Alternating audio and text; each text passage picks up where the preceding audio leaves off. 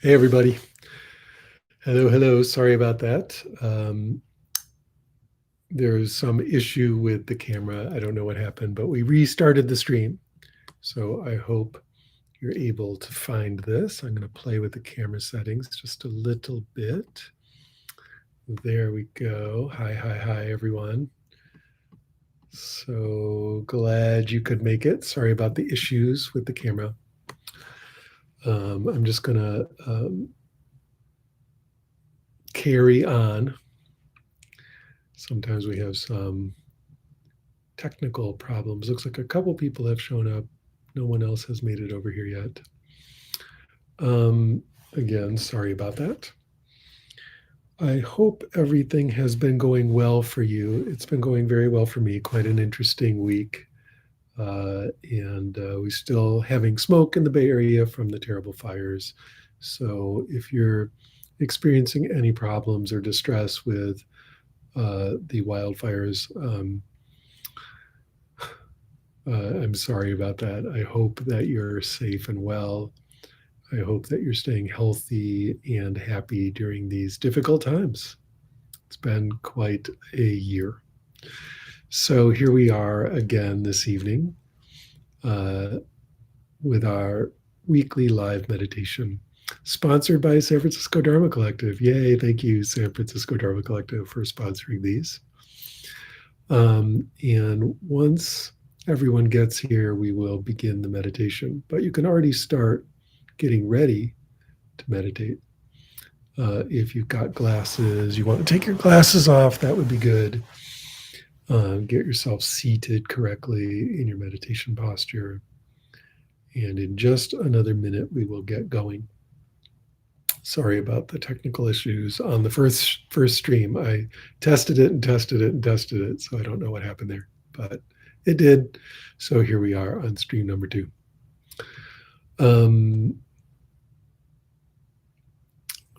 So let's begin.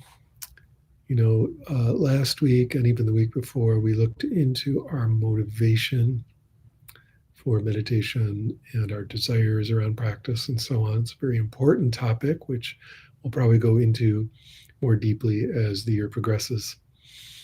But for now, as we begin and you settle in, you're in your posture, before we do anything else, I want you to just remember your motivation for meditating. Like, why are you here?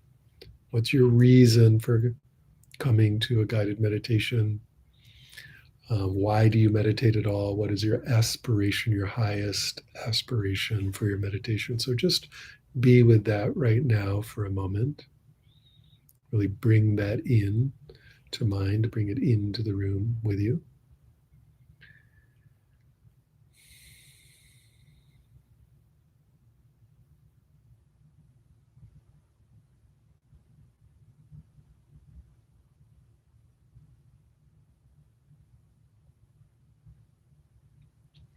And then secondly, beyond our sort of like personal aspirations, why we're doing this, let us next do our thing of, as they would say traditionally, rousing bodhicitta. So bodhicitta is both a mood of heroic effort, like that mood of confidence and purpose. So that's kind of the yang element, but also a mood of compassion, kindness, and gentleness. So it has a yin side. So we're both confident and purposeful and clear in what we're doing. And we're also compassionate, open hearted, and receptive at the same time. So that would be bodhicitta, right? And that's the mood of a bodhisattva. To be bodhisattvas, we rouse bodhicitta. So the confidence and the purposefulness is in your, practice of meditation, and the idea that the wisdom is present and that we can do our practice. And then the compassion, kindness, open-heartedness piece is that we want to share that with everyone. We want to bring kindness and joy to the whole world. to all beings. So that's our bodhicitta. So for just a moment, close your eyes and just feel this mood of bodhicitta coming into you now, like confidence, purpose, clarity, and joy, kindness, compassion that you're sharing with everyone. Okay? So let's sit for a moment with both of those feelings, this sort of emptiness and form, this sort of wisdom and compassion, yin and yang together now as bodhicitta.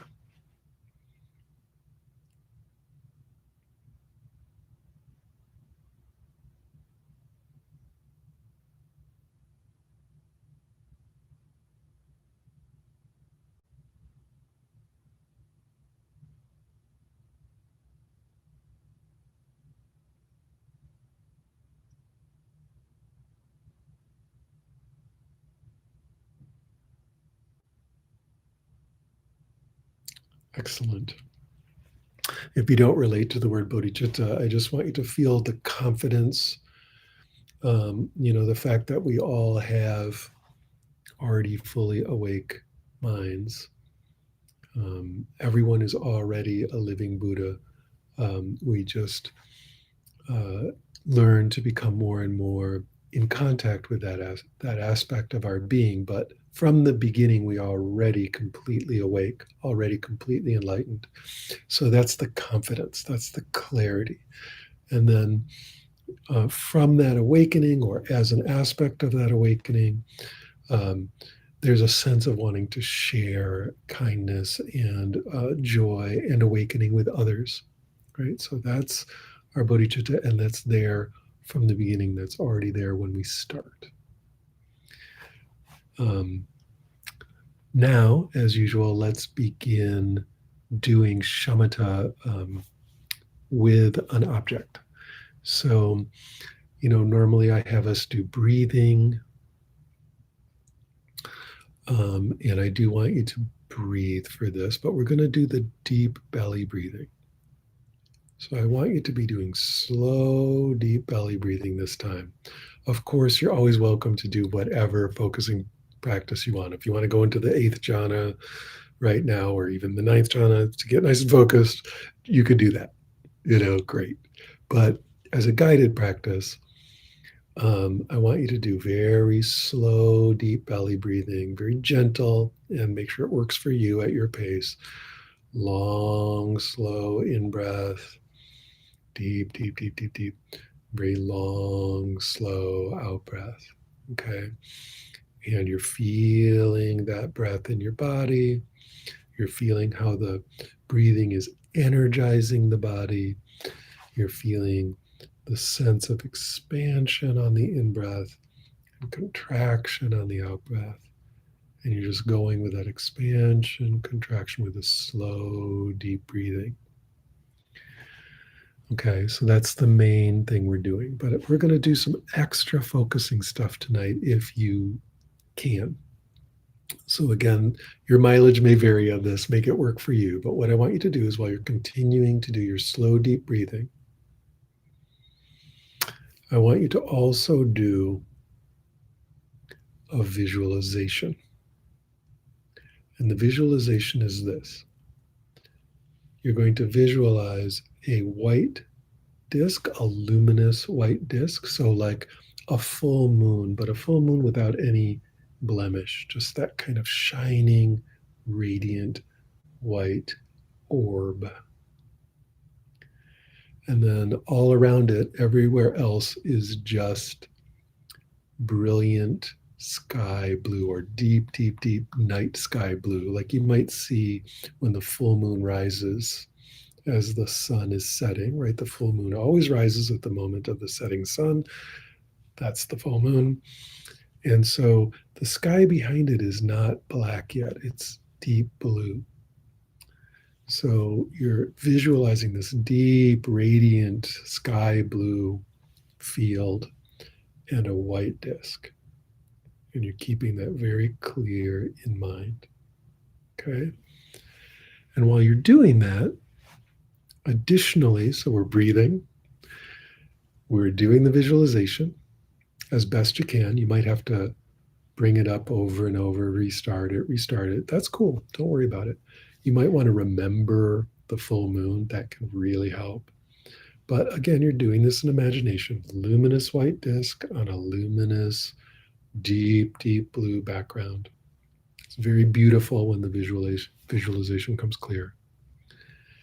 And then we're going to do a mantra with this. Okay, so the mantra we'll do is the mantra for Avalokiteshvara, very famous compassion mantra, or the mantra of the Bodhisattva of compassion. And so that's simply Om Mani Padme Hum, but we'll do it mantra style. So, like, as we're doing this visualization, you're thinking this, right? Because you're breathing deep. So we're not going to do it out loud, but you're thinking Om Mani Padme Hum. Om Mani Padme Hum. Om Mani Padme Hum. Om Mani Padme Hum. Om Mani Padme Hum. Om Mani Padme Hum. You just continue to recite that, visualizing this white circle on a blue background while breathing very deeply. Now, this may be too much, and so do whatever you can. If all you can do is the breathing part, just do the breathing part. If all you can do is the visualization part, just do that. If the mantra is where you have your best focus, then just stay with the mantra. Okay? The point here is to get very focused. You will find that if you can do the visualization and the mantra while breathing, that you will become very, very focused. So I'm going to continue to just chant the mantra here rather than guide you in relaxation. I'm going to be also visualizing some of the time. But you'll notice I'm not doing deep breathing because I can't chant the mantra and do the proper deep breathing at the same time. But I'm going to keep chanting to help you do the recitation. And we're visualizing beautiful, beautiful, radiant, luminous white disk or a radiant, luminous full moon on a blue background while chanting this and breathing nice and deep. Okay, and the idea is to settle into a very focused, very still place, remembering that this mantra is the mantra of the Bodhisattva of compassion. So it's a deeply awake, powerful, brilliant, clear mantra of awakening, emptiness, and compassion. Okay, so let's do this together. I'll be chanting it for a while here. We're going to do this together for a while. So let's go. Om Mani Padme Hum. Om Mani Padme Hum. Om Mani Padme Hum. Om Mani Padme Hum. Om Mani Padme Hum. Om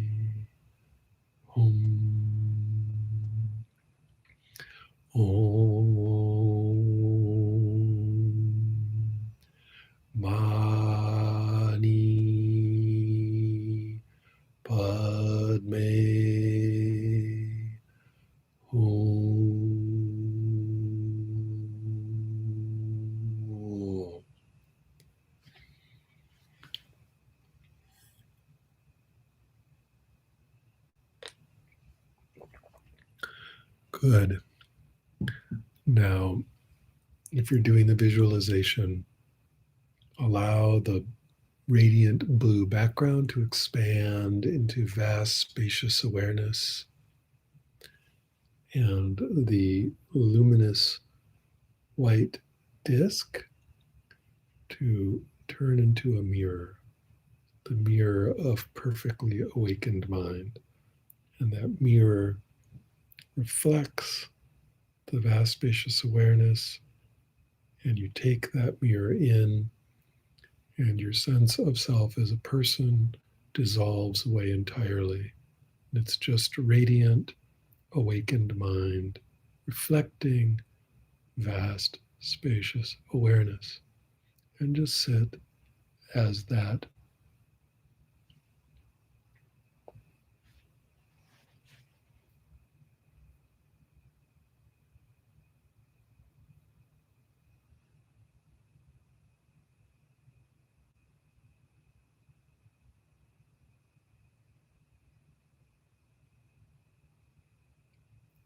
If at any point you get distracted, thoughts arise, distractions arise, that's okay. Just let that pass and then reconnect with perfect, radiant, mirror like wisdom, reflecting or being vast, spacious awareness.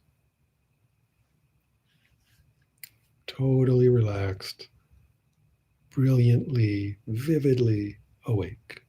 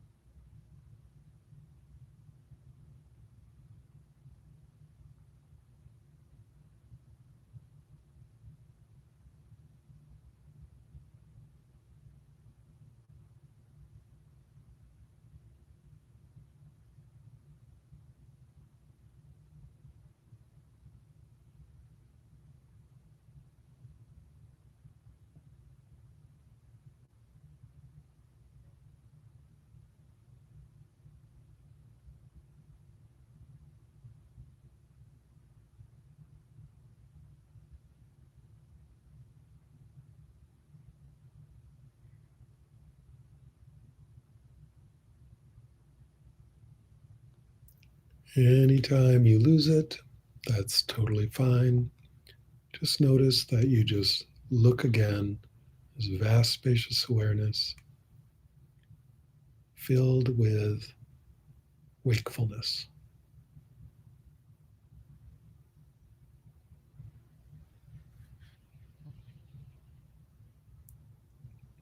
If you have trouble finding it, just ask yourself,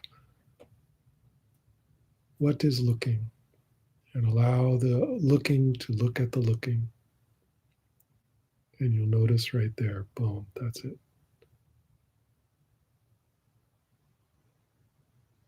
You can't find anything looking, but the awakeness is there. And that will just reestablish awareness of awareness in vast, luminous, wakeful space. And just sit with that comfortably and with alertness. If you're having trouble staying alert, you can open your eyes in a very relaxed way and not really looking at anything around you particularly. Just sit with your eyes open, relaxed in vast, spacious awareness.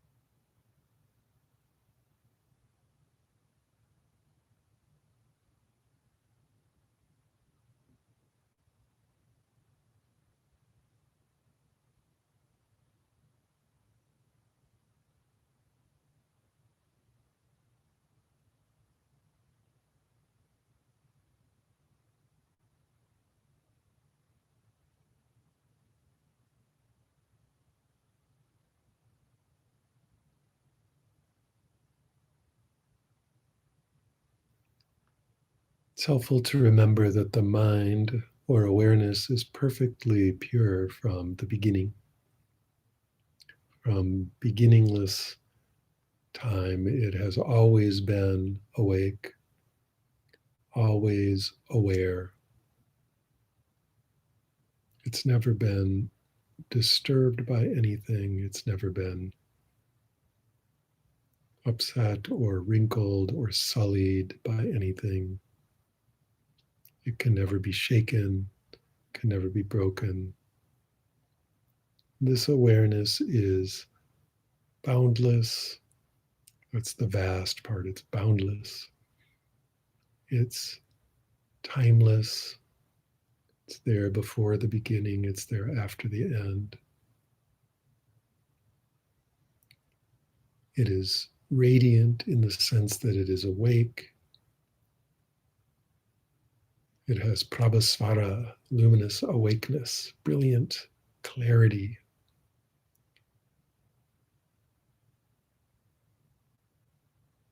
It reflects all things with this mirror-like wisdom, and yet it is none of those things. It is absolutely still. It can never move or be moved in any way. It is like the ultimate mountain, the absolute rock.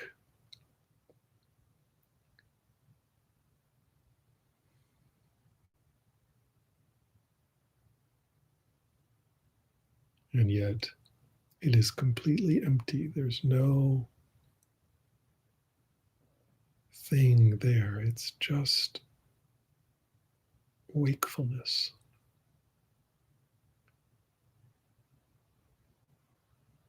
So keep tuning into that property of this luminous space, this awake space. Letting go of anything that arises in the space, not really bothering with anything that's arising, but rather really just resting in brilliant, clear, clean, pristine, perfect, bright awareness. Your true nature, your actual nature.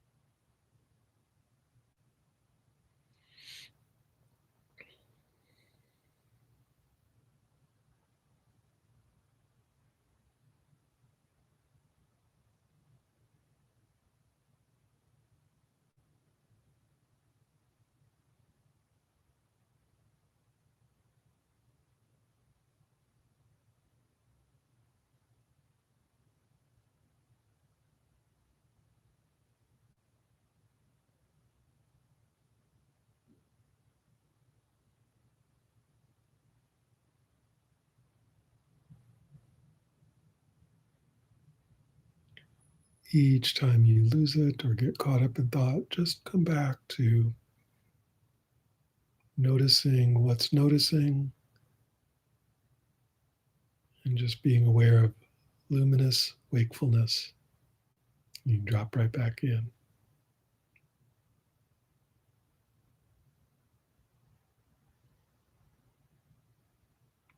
It's what you've always been. So even if it is obscured for a moment, it's always there. The minute attention comes back to it. It will always be there. You can never actually lose it. You just get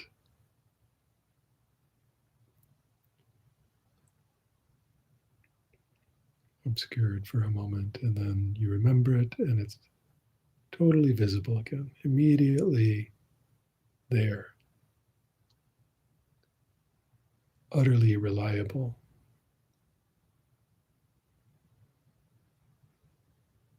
You can never actually be separate from it because you are it.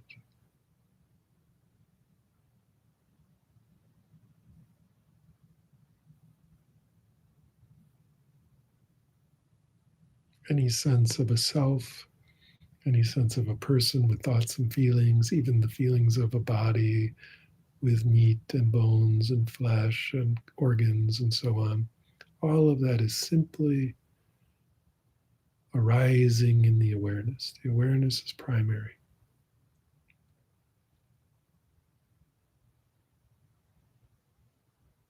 Stay with the awareness now.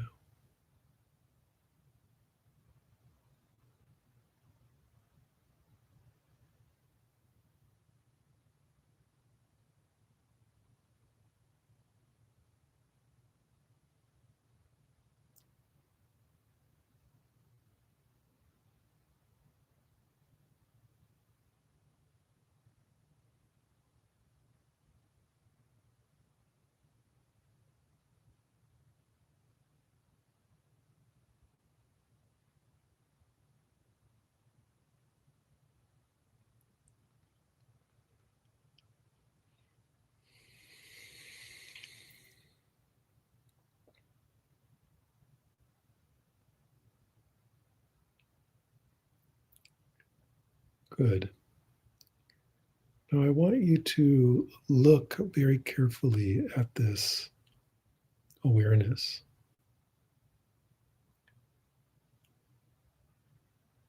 And I want you to investigate. And this might take some effort. This is not effortless.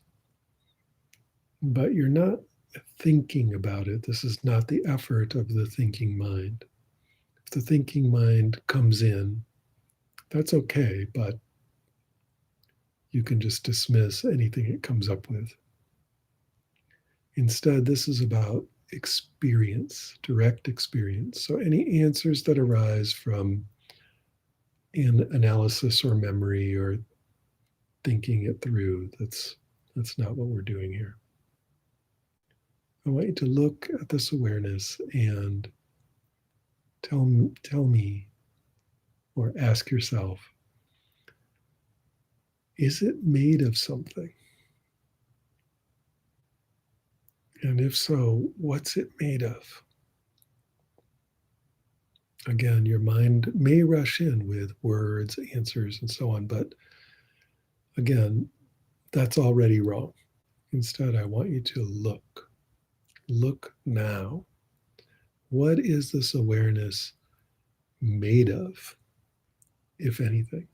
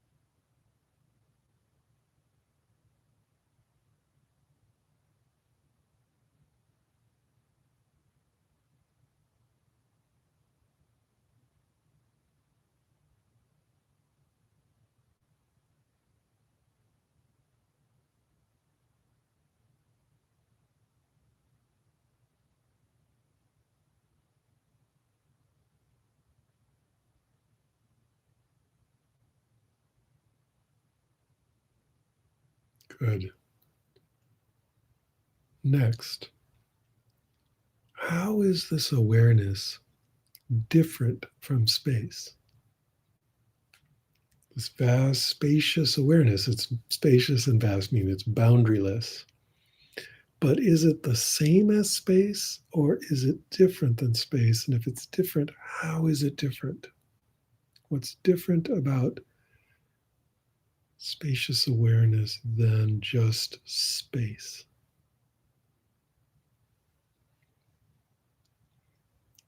Look now very carefully.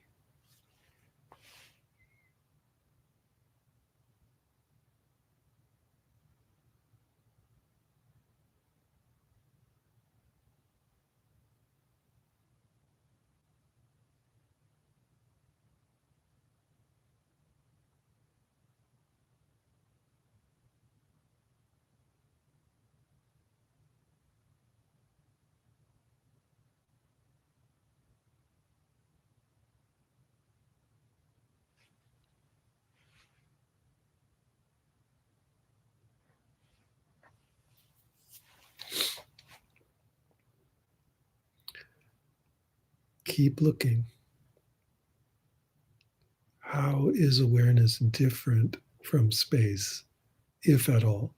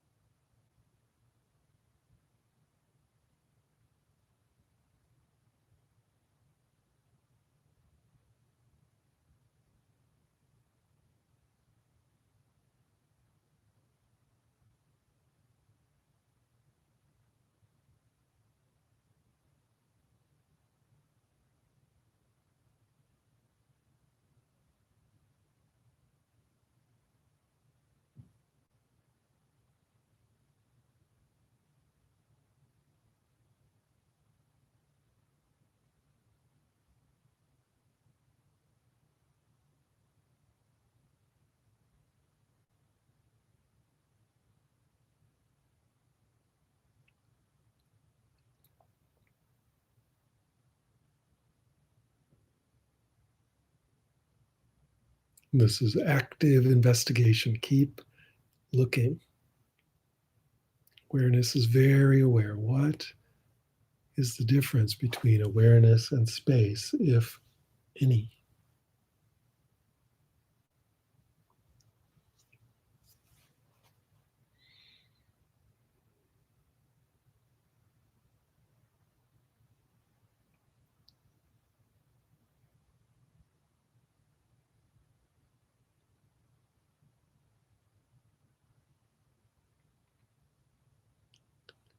If you lose the sense of vast, spacious awareness, just relax for a moment, look at what's looking, and reestablish.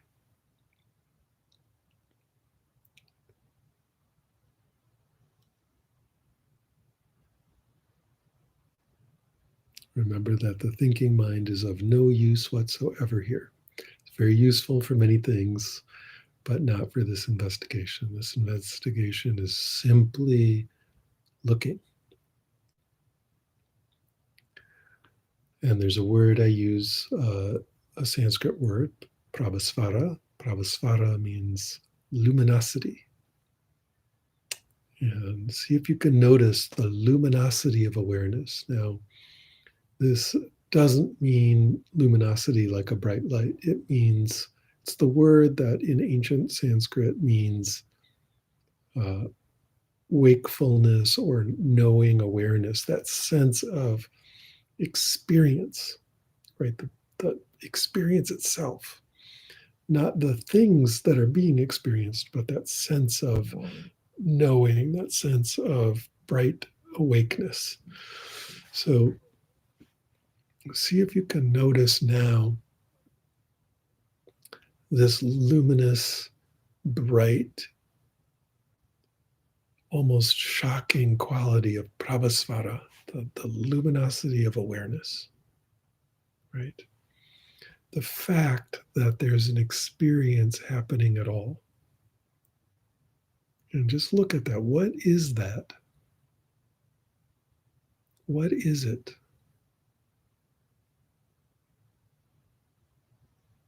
Keep looking, look carefully, look with intensity. What is prabhasvara?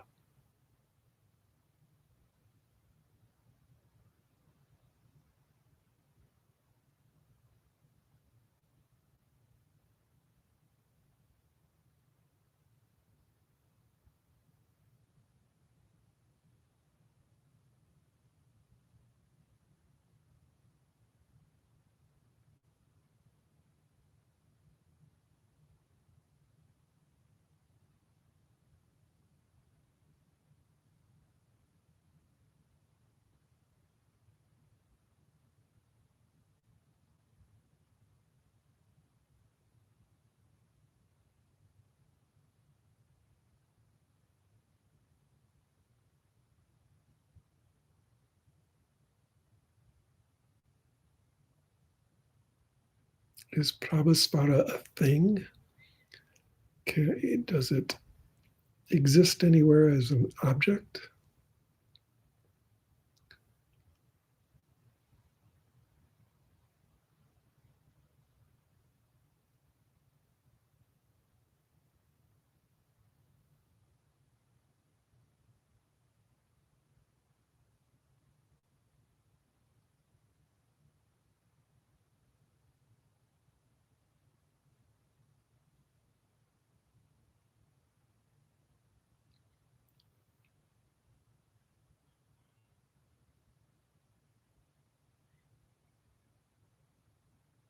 Look deeply, deeply. What is this awakeness?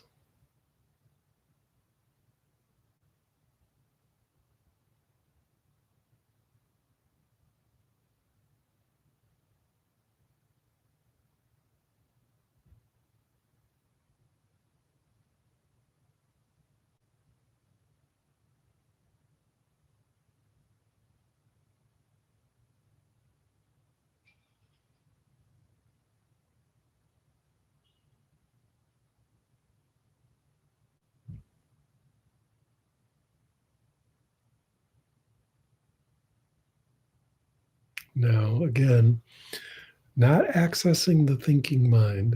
Memories, fantasies, ideas about this are useless, but rather just looking in your own experience right now. What is this wakefulness, this awakeness, this awareness? What is it dependent upon? What is it resting on, or what is it coming from? What's generating it? Not as an idea, not like the brain or something. That's all just a concept. Right now, in experience, in your own experience, what is the source of this awareness? What is it resting on, or what does it come from, if anything? Look right now at the center of awareness. What's it resting on? Where's it coming from?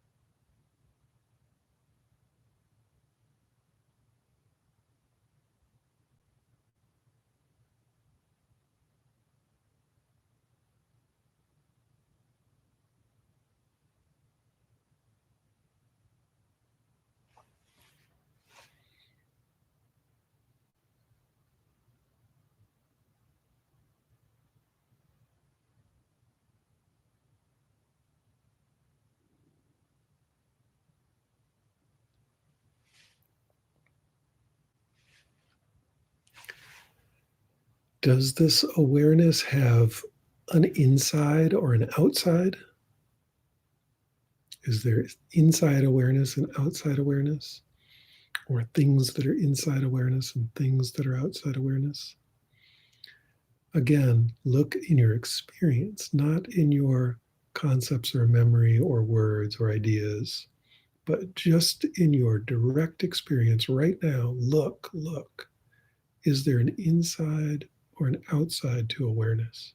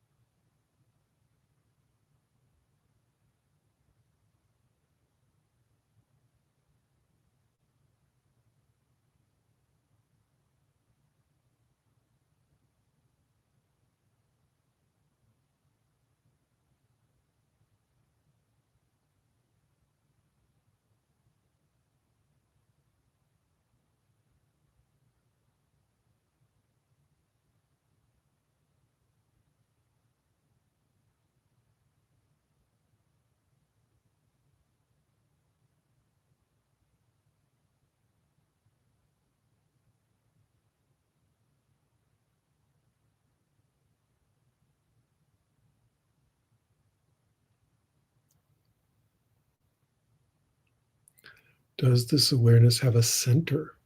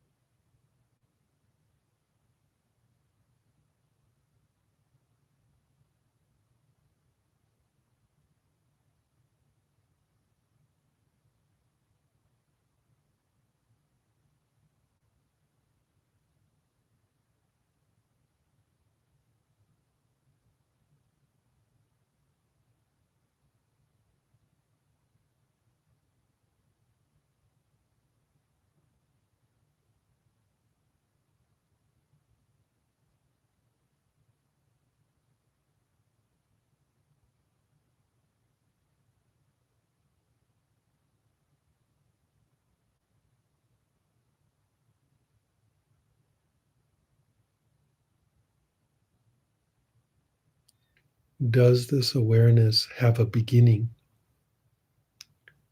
And does it have an end? Can you find the beginning of awareness or find the end?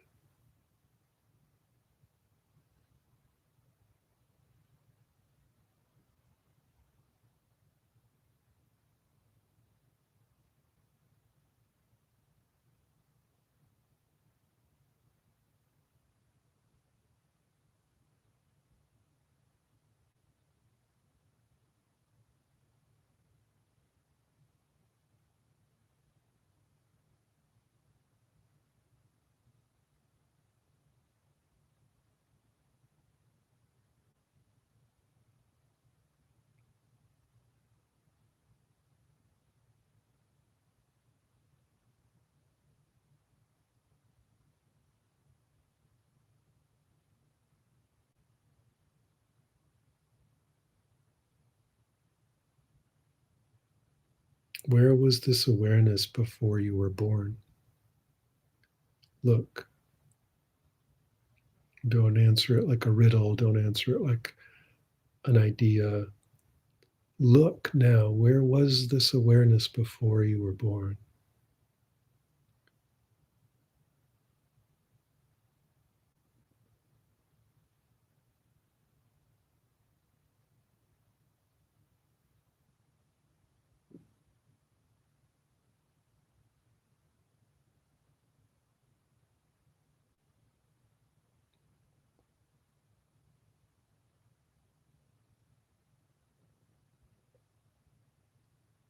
Where will this awareness be when you're dead? Look now. Don't go into imagination. Don't go into the future. Don't go into thinking. Look now. Where will this awareness be when you're dead?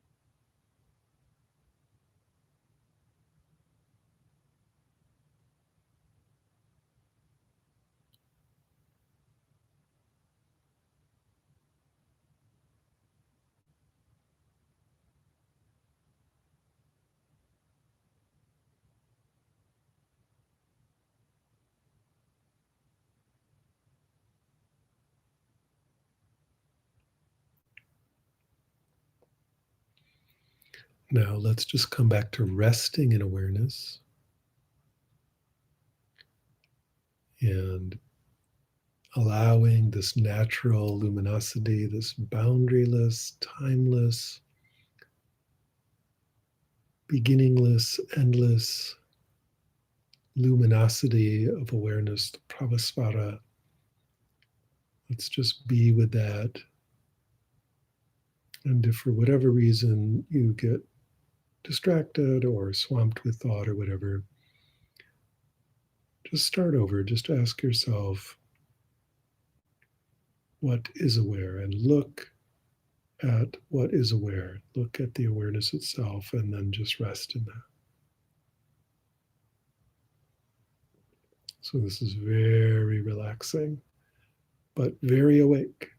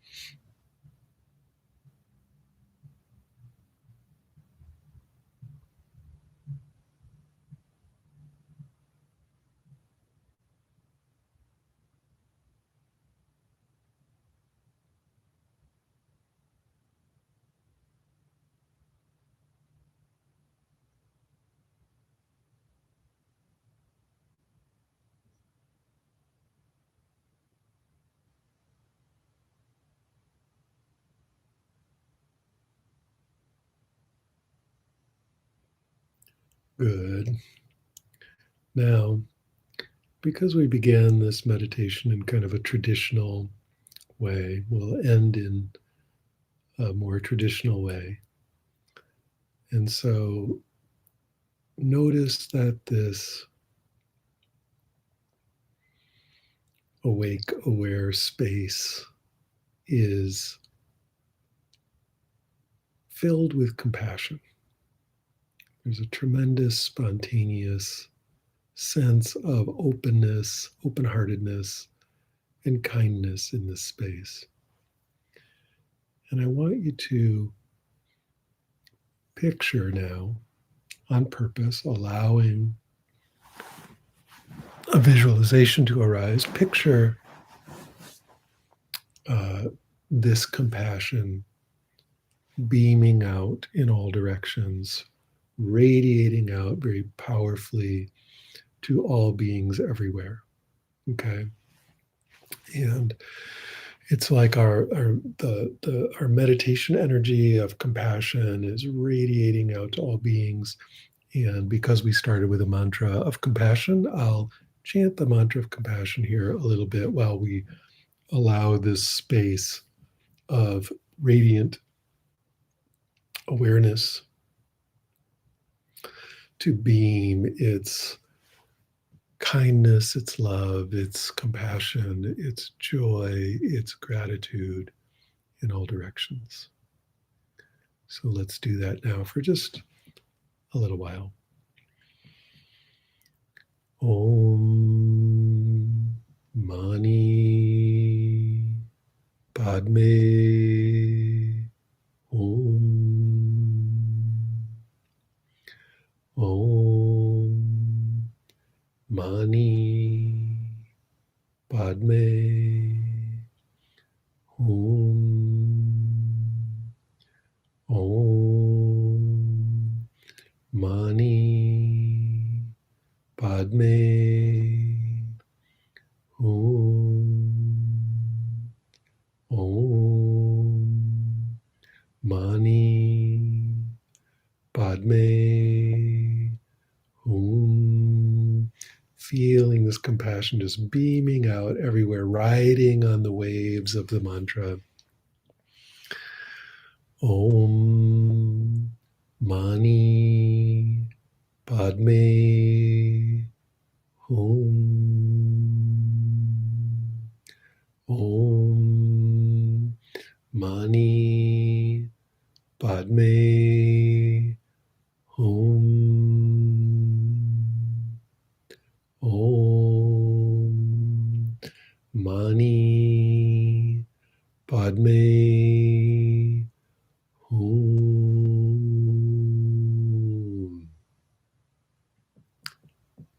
Good.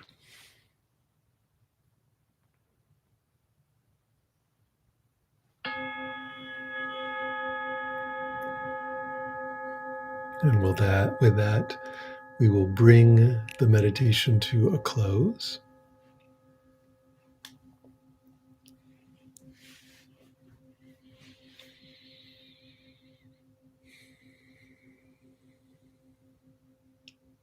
And just very slowly and gently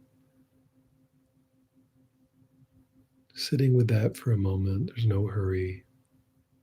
Maybe you just want to be with that feeling of compassion and energy and wakefulness. Feel free to begin to wiggle your fingers and toes, move your body, orient yourself to the room. Again, there's no hurry. Take your time.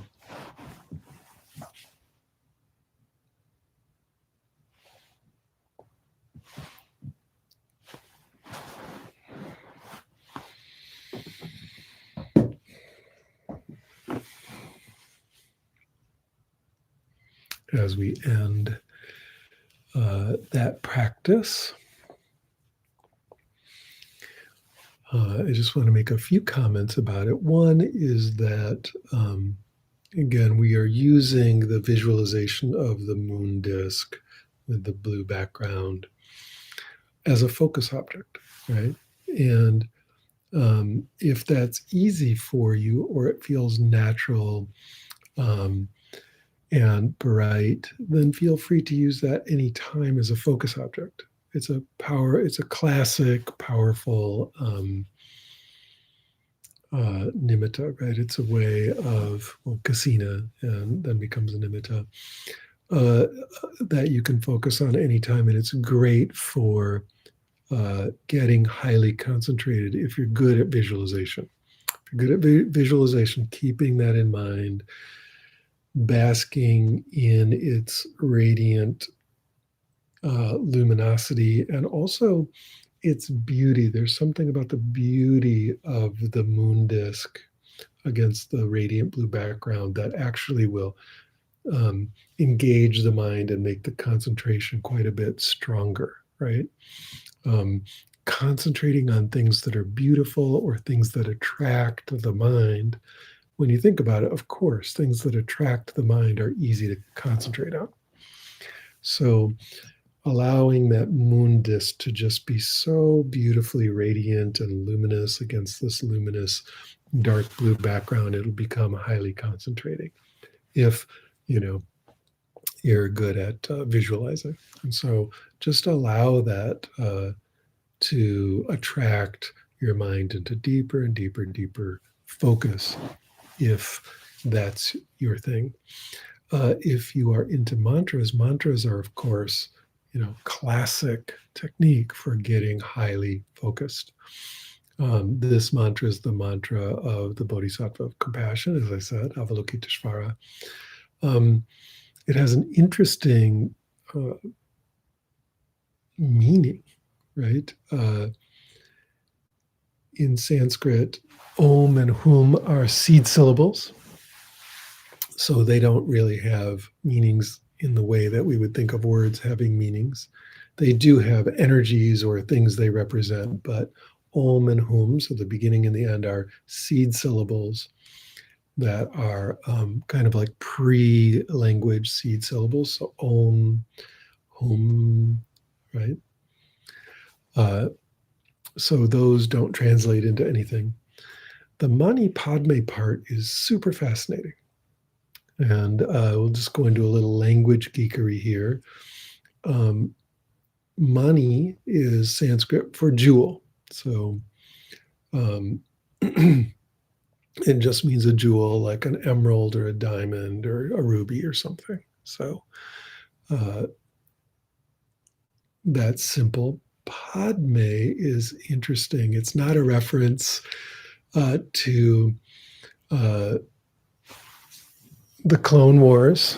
If you watch the Clone Wars, the main character's name is Padme, right? And I'm sure, given that we have, Empress Amidala and a bunch of other Sanskrit sounding words, that it's taken from Sanskrit. But when you're chanting the mantra, it's not a mantra to Padme, the Anakin Skywalker's Padawan. But Padme is interesting. The word in Sanskrit should be Padma. Padma is a lotus flower. It's Padma, right? And so when we say Om and Hum are just seed syllables, powerful seed syllables, but we're not going to translate them. The translatable part is Maṇi, jewel, Padme, but Padma would be a lotus. So jewel lotus. And usually, if you look it up on any web page, it'll say this mantra means, oh, the jewel is in the lotus, hail, or oh, hail to the jewel in the lotus or something. But linguistically, it does not mean that. There's no in the going on, right? That's just not what it means. There's a jewel in there and a lotus in there, but it does not say hail to the jewel in the lotus. We could translate very roughly Om and Hum as a hail. Okay. I mean, it doesn't mean hail, but I'll go with you. Hail. But Maṇi Padme, it's fascinating. When you take Padma and change it to Padme, it's making it feminine. So like the female lotus. Now, the reason we go into it with Maṇi and Padma, I'm going to go back for a minute and say the reason they say the jewel is in the lotus is that's tantric imagery, right? And very often you'll see the, burning diamond inside this beautiful lotus. And so the jewel is in the lotus. I mean, of course, they're coming from tantric imagery, and that's what they're referencing. And the mantra certainly has that flavor. But still, if we look at it linguistically, it's saying Lady Jewel Lotus. And so, because it has a feminine ending on it, Maṇi Padme, not Maṇi Padma. So there's a theory that I think is really interesting is that Maṇi Padme is actually a female bodhisattva. It's the name of a bodhisattva that we have lost the other references to, and that this was a bodhisattva of compassion. So actually, the mantra may be invoking this goddess, essentially Maṇi Padme. Really interesting. But in over the thousands of years, it has become the main mantra for Avalokiteshvara, the bodhisattva of compassion. So anyway, when we do that mantra, it's very powerful, very interesting.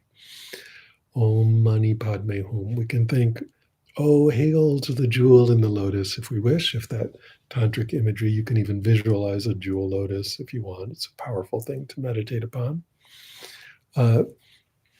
But just as a language nerd, I think it's fascinating that it doesn't really actually say that. It might kind of reference that or, kind of invoke that imagery, but it's really saying Om to Maṇi, the Bodhisattva Maṇi Padme. And you can do that mantra anytime, anywhere, under any conditions. And it's one of the few mantras that traditionally does not require a guru to give it to you or an empowerment or anything. It's sort of, it's an open source mantra. It's there for everyone to use.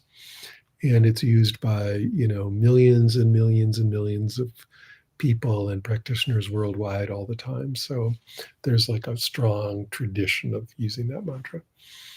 And so that can be its own meditation.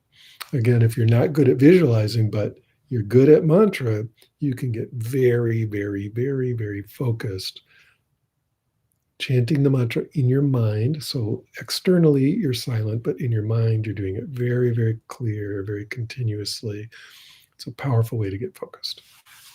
And of course, the deep breathing we've worked on in many other meditation sessions. However, I've always said you can do the visualization and the mantra and the breathing together, but I've threatened to do it a bunch of times, but I'm not sure we've ever actually done it until tonight. Maybe I'm wrong, but I think this is the first time where we've done the practice. Here's the visualization, here's this verbalization, the mantra, and then you're feeling the breathing in your body. So any one of those, breathing, visualization, or mantra on its own is a powerful practice, but you can do any two together, or you can do all three together. So I hope that's a great way to focus. It's also a great way to end the meditation. So having that nice dedication of compassion for our practice, we can use that mantra for that also. Now let's dig into any questions you have. So if you have any questions, go ahead and write them in the chat window. Fan Mai is asking, can the kasina meditation be carried out in the household environment with shorter time frame? If you're asking if you can do this visualization of the full moon on the blue background, yes, absolutely. It just depends on whether you're able to visualize if your household environment is busy and loud and full of distraction. Of course, it's much easier to visualize if you're not in a busy place with a lot of distraction and things going on. So depends on what you mean by household environment. Even in a household environment, what you would want to do is, if possible, go into a room, shut off all notifications, make sure no one's going to bother you, talk to you, anything like that. You're, alone. The environment is kind of like, it's contained. You're in a container, a ritual container, and then you work on those visualizations. You'll get really focused. You can even ride them into jhana, right? They're a very, very nice way to begin your meditation.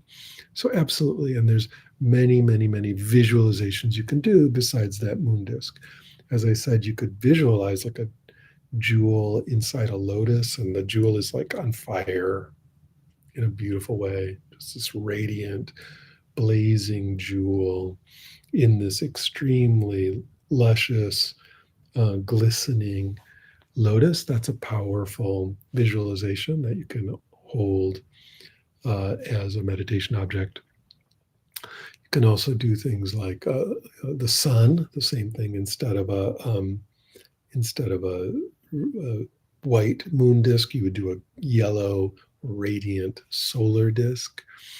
Another one would be a rose, other flowers, things like that. So give those a shot. Yaroslav is asking if it's possible to do the visualization with open eyes. It's not typically done that way. Give it a shot. I mean, see if you can do it. I certainly have done it with open eyes, and it can be really, really interesting. So it's possible, but typically we would do it with closed eyes. Christine is asking, I sense that awareness is insubstantial, ephemeral, and colorless, but I can't decide if it has dimension, because what the luminosity reflects back is three-dimensional. Is it not? What's important is not that we come up with the right answer to that, but that you just keep looking. You just keep looking. Is the dimensionality, particularly the three-dimensionality, a construction, a fabrication, or is it simply a property of the awareness? It's a really, really interesting question, right? We've talked about it before. If you go back, I think, to other videos, I have talked about that a little bit, but I would just say, I'm going to throw it back on you and say, that's interesting to look into. That's interesting to look into. Keep looking with curiosity, looking with openness. Is the dimensionality, especially that third dimension of depth, that would be, is that part of the awareness or is that a construction? So look into that. And you will, Christine, you always ask interesting questions about the awareness, right? So I believe you've asked me other questions in email about it and so on. So the idea is keep doing these investigations because that's where the energy is. David is asking, it's not a question. People are saying great meditation. Yeah, I liked it too. Thank you so much for joining me for this. These kind of visualizations and this kind of mantra stuff, we can take it into the realm of, really working in a tantric manner with, sound and light and energy and very complex visualizations of bodhisattvas and deity figures and so on. And that's powerful, And we can also simply use these very, very basic colors, very, very basic shapes, very, very basic sounds to become nice and concentrated to move into our awareness meditation. David, hi David, is asking tips to resist falling into thinking when the guidance switches to the questions.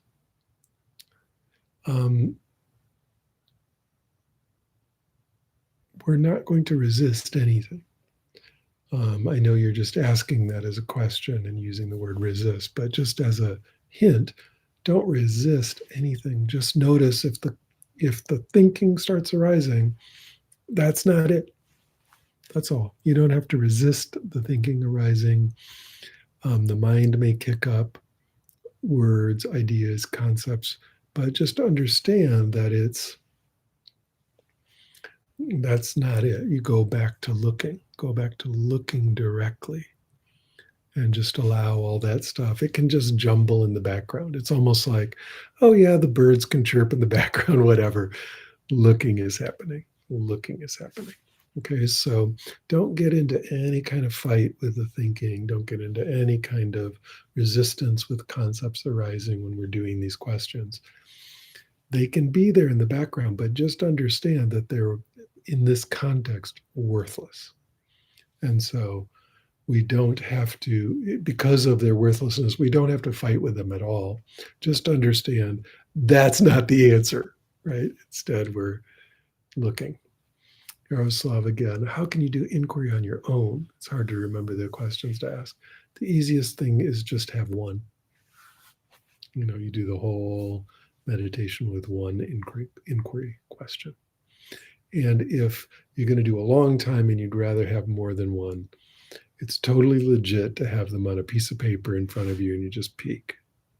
That won't shred your meditation or pop you out. If it does pop you out, you know what to do to come right back in. But it's totally fine if you want to use a list of questions, just have them there on a piece of paper. Good. Thanks for your questions, everybody. And thanks for joining me for the meditation. Now let's shift gears.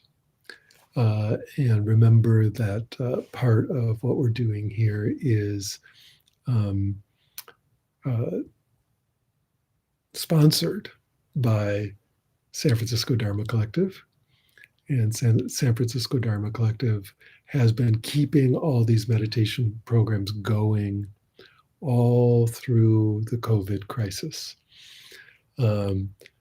Dedicatedly beaming all these meditations out to the world via Zoom, via YouTube, for free for anyone, anywhere who's interested.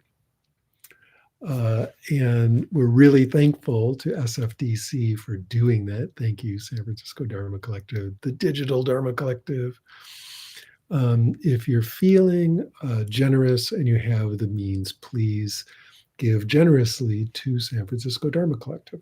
They will use the money to help make more of these programs happen. That's it. And so if you want to see more meditation programs live online, live on YouTube, live on Zoom, sponsored by San Francisco Dharma Collective, and you've got the cash, then please donate. If you don't have the cash, don't worry. Part of the thing is we love putting all these meditations out for free. What a gift that we can just keep doing live guided meditation for free for the whole world every week. It's just awesome, right? So all we ask is that you show up and do the meditation, right? That's it. However, if you can contribute and you feel like contributing, please do. Really, really, really appreciate that. So yeah, thanks SFDC for keeping this all going. And thanks everyone for showing up here every week. I really appreciate it. It makes me it just fills me with incredible joy to see you here, to see your questions, to see your comments in the comment section if you're not here live. And now, as usual, we will end with a very, very brief, non-guided meditation. We'll just ring the bell here, and you can do whatever meditation you want. This is unguided. So we'll just start now.